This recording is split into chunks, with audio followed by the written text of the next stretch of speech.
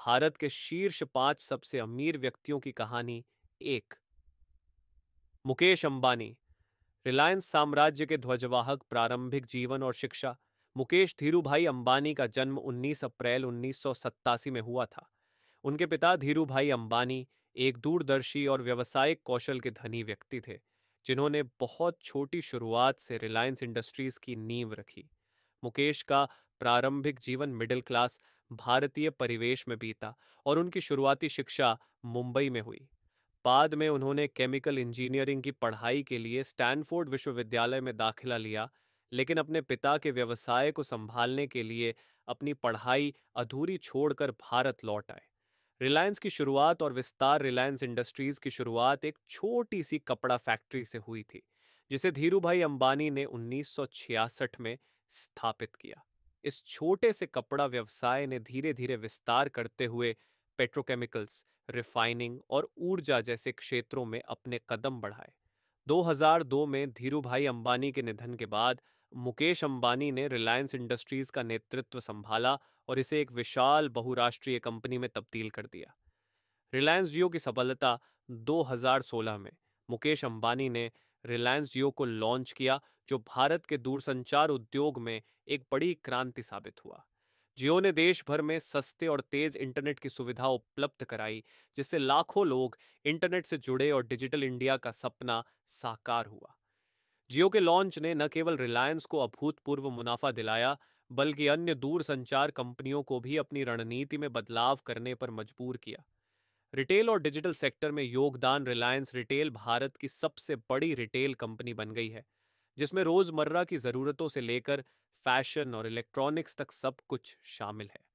Reliance digital, जो company का e commerce platform है, भारत के ऑनलाइन शॉपिंग मार्केट में भी बड़ी भूमिका निभा रहा है।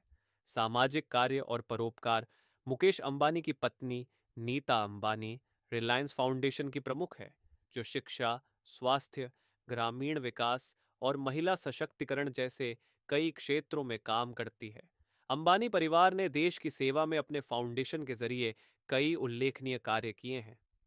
तो गौतम अडानी, अदानी ग्रुप के संस्थापक। प्रारंभिक जीवन और शिक्षा। गौतम अडानी का जन्म 24 जून 1962 को अहमदाबाद, गुजरात में हुआ था।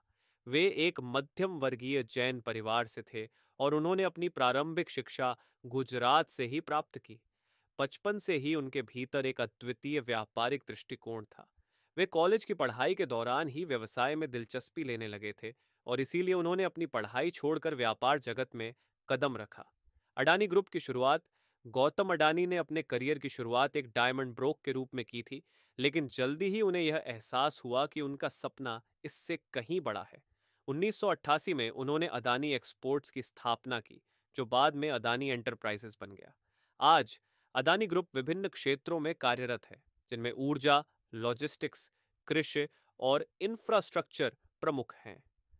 बिजली उत्पादन और बंदरगाह व्यवसाय। अदानी ग्रुप ने भारत में सबसे बड़ा निजी बिजली उत्पादन और वितरण नेटवर्क स्थापित किया है। इसके अलावा अदानी पोर्ट्स भारत के सबसे बड़े निजी बंदरगाह संचालक बन चुके हैं। अडानी का वाणिज्यिक बंदरगाह कांडला गुजरात से शुरू हुआ था, जो आज दुनिया के सबसे व्यस्त बंदरगाहों में से एक है। ग्रीन एनर्जी में योगदान। हाल के वर्षों में गौतम अडानी ने ग्रीन एनर्जी में बड़े पैमाने पर निवेश किया है। अदानी ग्रुप ने सौर ऊर्जा, पवन ऊर्जा और हाइड्रोजन एनर्जी जैसे क्षेत्रों में कदम रखा है, जिससे भारत की ऊर्जा जरूरतों को पूरा करने में मदद मिल रही है। अंतर्राष्ट्रीय विस्तार। गौतम अडानी ने न केवल भारत में बल्कि दुनिया भर में भी अपने व्यापार का विस्तार किया है। उन्होंने ऑस्ट्रेलिया में कार्बन माइनिंग प्रोजेक्ट्स और दुनिया के विभिन्न हिस्सों में बंदरगाह और लॉजिस्टिक्स सुविधाओं की स्थापना की है। 3, शिव नादिर, एचसीएल के संस्थापक। प्रारंभिक जीवन और शिक्षा। शिव नादिर का जन्म 14 जुलाई 1945 को तमिलनाडु के थूथुकुडी जिले में हुआ था। उनका परिवार एक सामान्य मध्यम वर्गीय परिवार था, लेकिन शिव नादिर का लक्ष्य हमेशा बड़ा था। उन्होंने कोयम्बटूर के पीएसजी कॉलेज से इलेक्ट्रिकल और इलेक्ट्रॉनिक्स इंजीनियरिंग की डिग्री प्राप्त की। पढ़ाई पूरी करने के बाद उन्होंने कुछ समय के लिए वॉलचंद ग्रुप और डीसीएम ग्रुप में काम किया, लेकिन जल्दी ही उन्होंने अपने खुद के व्यवसाय की नींव रखी।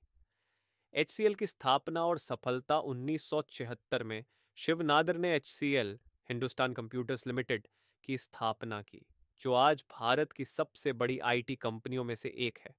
एचसीएल ने शुरुआती दौर में कंप्यूटर हार्डवेयर का उत्पादन किया, लेकिन बाद में कंपनी ने सॉफ्टवेयर सेवाओं और आईटी कंसल्टिंग के क्षेत्र में भी कदम रखा। एचसीएल की सेवाएं आज दुनिया भर के बड़े बड़े व्यवसायों द्वारा उपयोग की जाती हैं। शिक्षा के क्षेत्र में योगदान। शिव नादिर एक प्रमुख परोपकारी भी हैं, जिन्होंने शिक्षा के क्षेत्र में बड़ा योगदान दिया है। उन्होंने शिव नादिर फाउंडेशन की स्थापना की, जिसके तहत उन्होंने कई प्रतिष्ठित शैक्षणिक संस्थानों की स्थापना की, जैसे कि एसएसएन कॉलेज ऑफ इंजीनियरिंग और शिव नादिर विश्वविद्यालय। चौथा, साइरस पूनावाला, सीरम इंस्टीट्यूट के अध्यक्ष। प्रारंभिक जीवन और शिक्षा। साइरस पूनावाला का जन्म 1941 में पुणे, महाराष्ट्र में हुआ था। उनका परिवार घोड़ों की दौड़ और घुड़सवारी में लगा हुआ था, लेकिन पूनावाला को व्यापार और विज्ञान में गहरी रुचि थी। उन्होंने अपनी शिक्षा पुणे विश्वविद्यालय से प्राप्त की और मेडिकल और बायोटेक्नोलॉजी में भी रुचि विकसित की। सीरम इंस्टीट्यूट की स्थापना साइरस पूनावाला ने 1966 में सीरम इंस्टीट्यूट ऑफ इंडिया की स्थापना की, जो आज दुनिया का सबसे बड़ा वैक्सीन निर्माता है। सीरम इंस्टीट्यूट ने न केवल भारत में बल्कि दुनिया भर में वैक्सीन के क्षेत्र में बड़ी भूमिका निभाई है। कोविड-19 महामारी के दौरान सीरम इंस्टीट्यूट ने ऑक्सफोर्ड एस्ट्राजेनेका की वैक्सीन का उत्पादन किया, जिसने विश्व भर में लाखों लोगों की जान बचाई। वैश्विक भूमिका। सीरम इंस्टीट्यूट आज कई अन्य महत्वपूर्ण वैक्सीन भी बनाती है, जैसे कि मीजल्स, पोलियो और हेपेटाइटिस। पूनावाला का व्यापारिक दृष्टिकोण और सामाजिक सेवा की भावना ने उन्हें न केवल एक सफल उद्योगपति बनाया है, बल्कि एक सामाजिक उद्यमी के रूप में भी स्थापित किया है। 5. सावित्री जिंदल, ओपी जिंदल ग्रुप की अध्यक्ष। प्रारंभिक जीवन और पारिवारिक पृष्ठभूमि। सावित्री जिंदल का जन्म 1950 में असम में